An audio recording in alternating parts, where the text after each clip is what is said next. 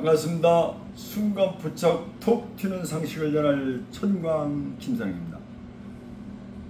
하나님은 한 분인데 왜 종파는 그렇게 많을까요? 그거에 대해서 말씀을 드리겠습니다. 제가 광산 김가인데 신라 49대 왕 헌강왕 셋째 아들 김자, 흥자, 광자 희조공께서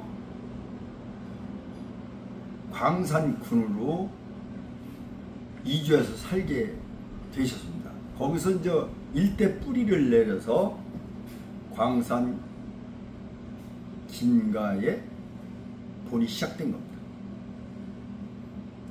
희조공에서 이제 저까지 내려올 때까지 그 여러 가지 파가 있나 대파, 큰 파 중에서도 큰 파, 그 양파가 아니고 대파는 양강공파. 그 양강공파에서도 또 막 파가 해서 이제 중간 파가 있는데 중파가 직자학공파. 그 다음에 또 이제 직자학공파에서 또 분리돼서 소파가 있는데 좌총예공파. 좌총예공파에서도 또 이제 분리가 되는데 저희들은 그 중에서도 충정공파의 23대 손입니다. 희조공 김은강 희조공으로부터는 41대 손이고요. 이렇게 처음에 광산 김씨가 하나로 됐지만 중간에서 큰 벼슬을 했다든가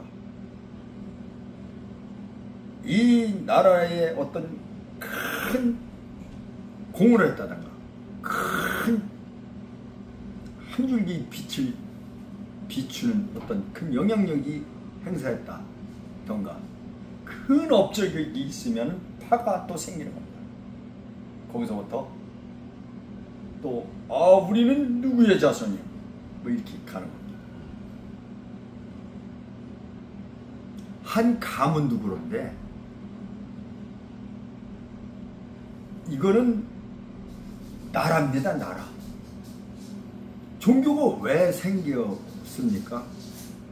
종교가 생긴 거는 나라를 국민들의 마음을 한 곳으로 모아 통치하기 위해서 생긴 겁니다.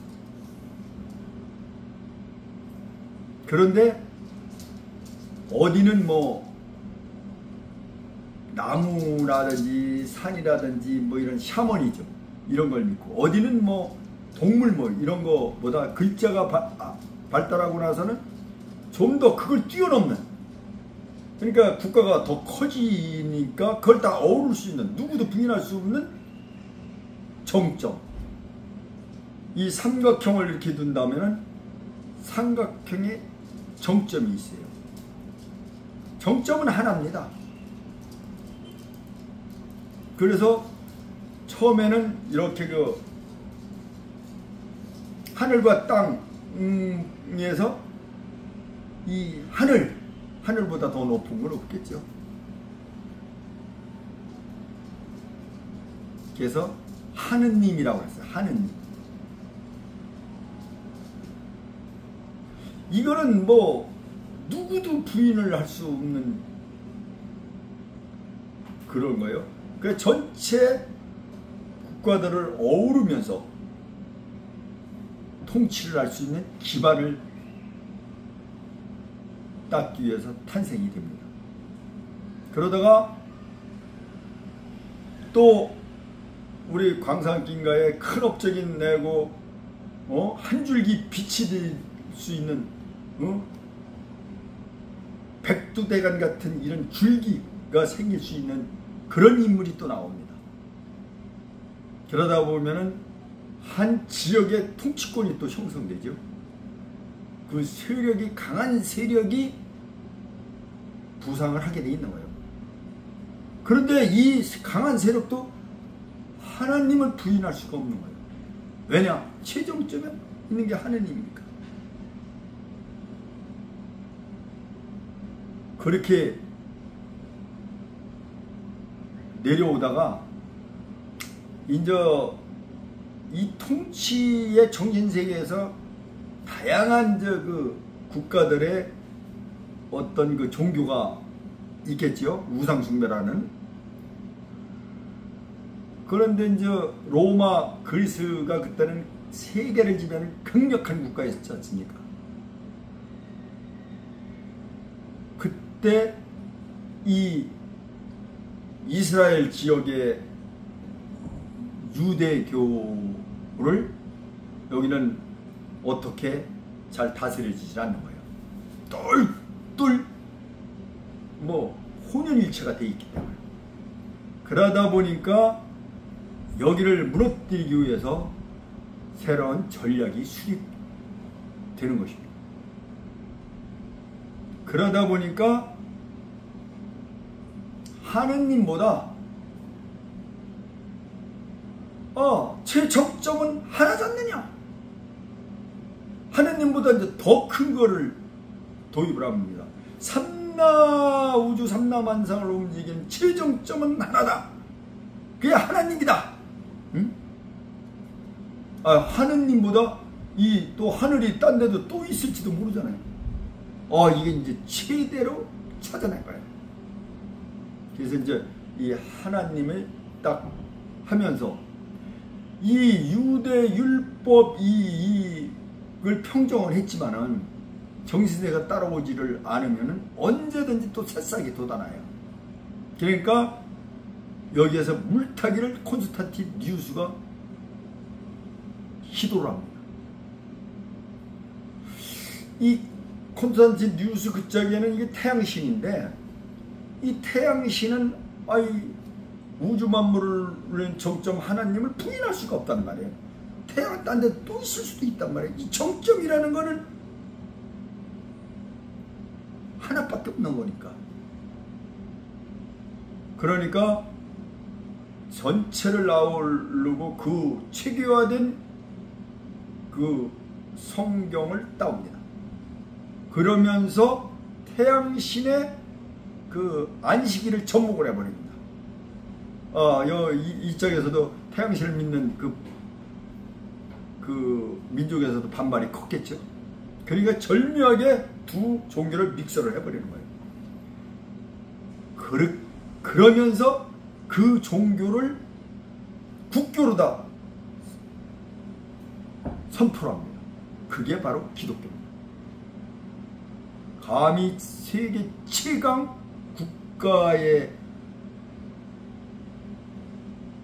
종교 문화를 배척할 수가 없죠.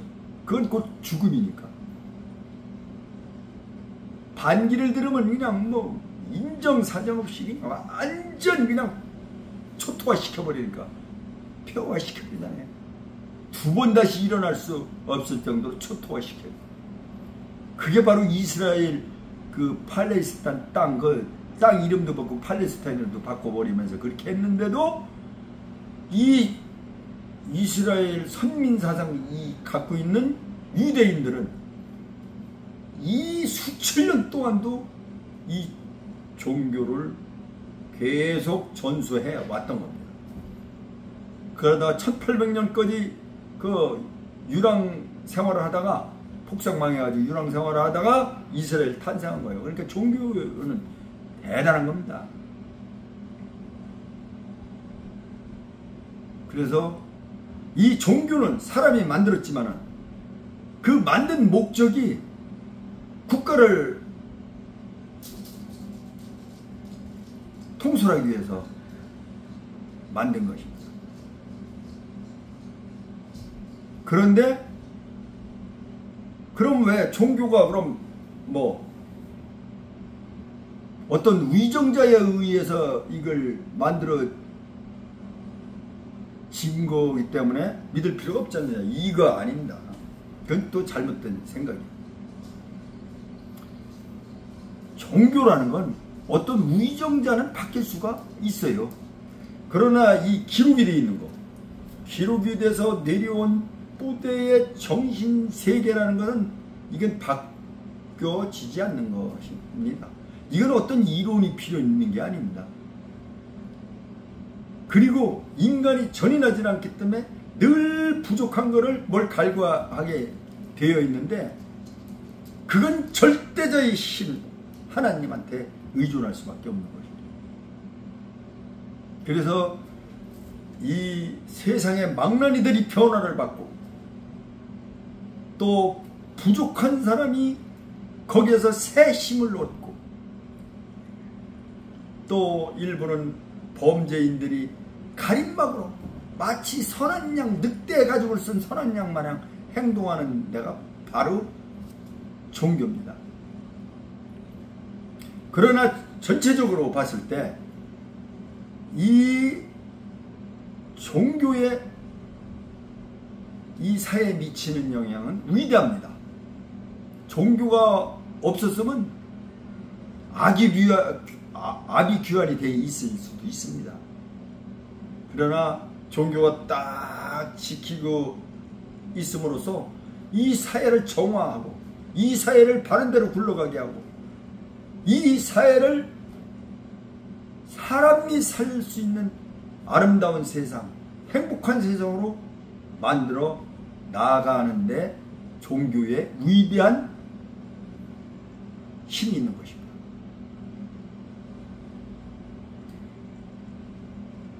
그걸 요새 짧게 간단하게 얘기하면 스트레스를 막 놓고 푸는 데가 종교다. 그래서 삶을 윤기 있게 하는 데가 바로 종교다. 뭐가 있고 없고는 그다음 문제다. 늘 긍정 파워, 긍정 에너지를 쏟아내게 하는 데가 종교다.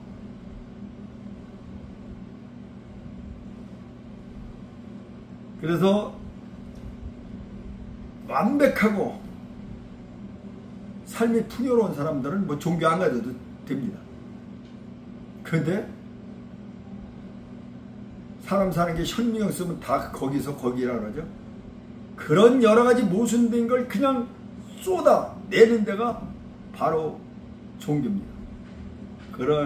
그래서 인간이 가장 살기 좋은 세상을 만드는 데가 종교이기 때문에 종교를 안 갖는 것보다 갖는 것이 좋습니다.